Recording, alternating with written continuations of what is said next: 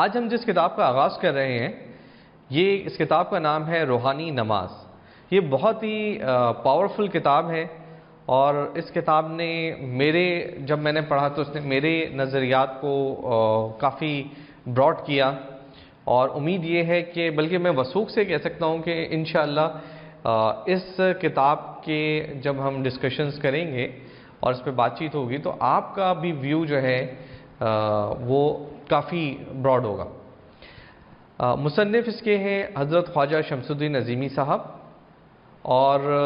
عظیمی صاحب کا طرز بیان اور طرز تحریر کچھ اس طرح سے ہے کہ آپ جو موجودہ شعور ہے،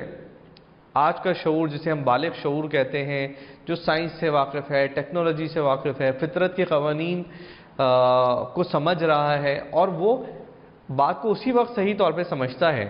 جب بات سائنسی اور فطرت قوانین فطرت کے کمپیٹیبلٹی میں ہو، اس کی دلیل کے مطابق ہو،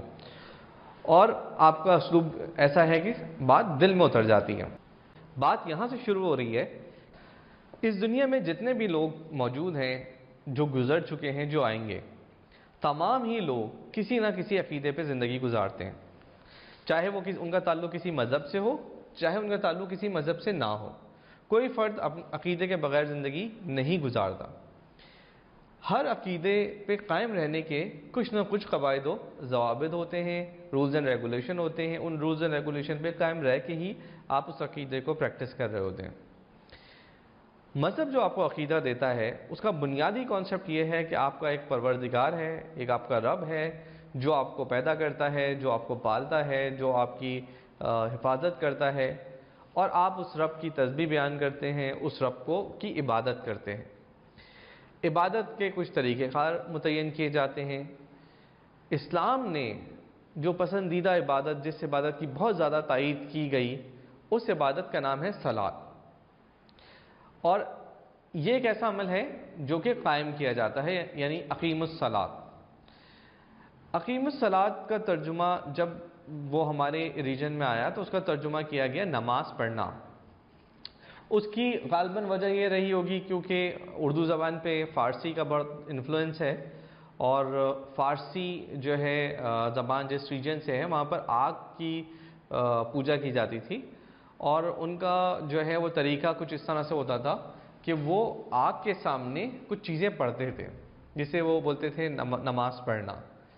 تو جب اقیم الصلاۃ کا لفظ یہاں پر آیا تو ہونا تو یہ چاہیے تھا کہ اس کو نماز صلاۃ قائم کرنا ہی اس کا ترجمہ ہوتا اور وہی رائج ہو جاتا، جیسا کہ رحمان کا ترجمہ ہم نے رحمان کیا ہے، رسول کا ترجمہ رسول کیا ہے، صلاۃ کا ترجمہ بھی صلاۃ ہونا چاہیے تھا، اقیم کا ترجمہ قائم کرنا ہو جانا چاہیے تھا، لیکن اردو زبان میں آتے ہوئے نماز پڑھنا ہو گیا، تو وہ پورا اس کا جو کانسیپٹ ہے اس پہ اس کا ایک بہت گہرا اثر پڑا۔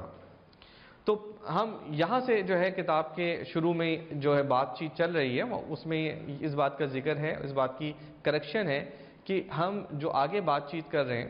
وہ اقیم الصلاۃ پہ کر رہے ہیں۔ بنیادی طور پہ یہ پوری جو کتاب ہے، یہ الصلاۃ معراج المومنین، نماز مومن کی معراج ہے،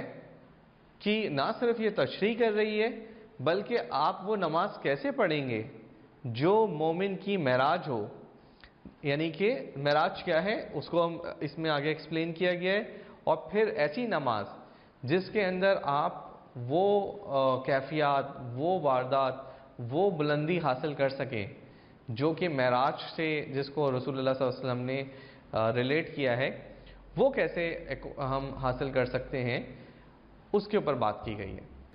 دیکھیں، صلاۃ کو سمجھنے کے لیے بہت ضروری ہے کہ جو ریفرنس حضور علیہ الصلوۃ والسلام نے قائم کیا ہے معراج کا، ہم پہلے معراج کے واقعے پر غور کریں اور اسے سمجھنے کی کوشش کریں۔ معراج کا ایک ایسا واقعہ ہے جس میں حضور علیہ الصلوۃ والسلام ٹائم اینڈ اسپیس کی قید سے آزاد ہو کر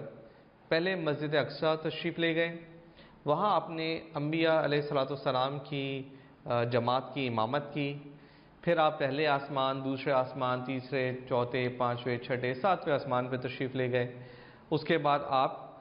آسمانوں پہ مقیم حضرات سے ملاقات کی، جنت اور دوزخ کے حالات حضور علیہ الصلوۃ والسلام کے سامنے آئے، آپ عرش پہ قیام فرمایا، فرشتوں سے گفتگو کی اور اللہ تعالیٰ نے آپ کو اپنا قرب عطا کیا، یہاں تک کہ اللہ تعالیٰ فرماتے ہیں کہ 2 کمانوں یا اس سے بھی کم فاصلہ رہ گیا۔ یہ بھی ایک جو ہے محاورہ ہے عربی کا، جس کا مطلب ہے کہ وہ فاصلہ جو بہت ہی ناقابل بیان ہو۔ پھر اللہ تعالیٰ فرما رہے ہیں کہ اب میں نے اپنے بندے سے جو دل میں جو بھی بات تھی، جو دل چاہا، اپنے بندے سے راز و نیاز کی باتیں کی، اور ساتھ ہی یہ بھی فرمایا کہ دل نے جو دیکھا جھوٹ نہیں دیکھا۔ تو معراج کا جو واقعہ ہے یہ ایک ایسا واقعہ ہے جو انتہائی لطیف ہے، نورانی واقعہ ہے، جس میں ہم اس زون کی باتیں کر رہے ہیں جو زون ہمارا اس مادی دنیا سے بالکل الگ زون ہے،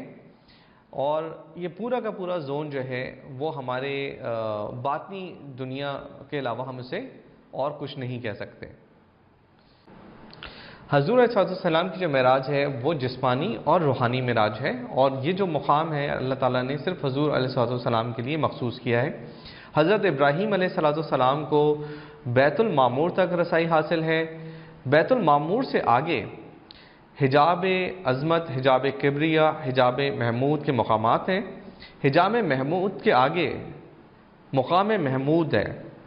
اور یہ وہی مقام اعلیٰ ہے جہاں حضور علیہ السلام معراج میں اللہ تعالیٰ سے ہم کلام ہوئے۔ یہ وہی جگہ ہے جہاں پر اللہ تعالیٰ نے فرمایا کہ ہم نے اپنے بندے سے جو دل چاہا باتیں کی، دل نے جو دیکھا جھوٹ نہیں دیکھا۔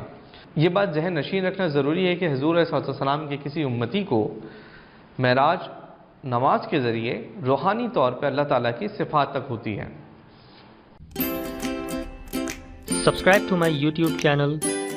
and don't forget to click on the bell icon to get notifications about new videos.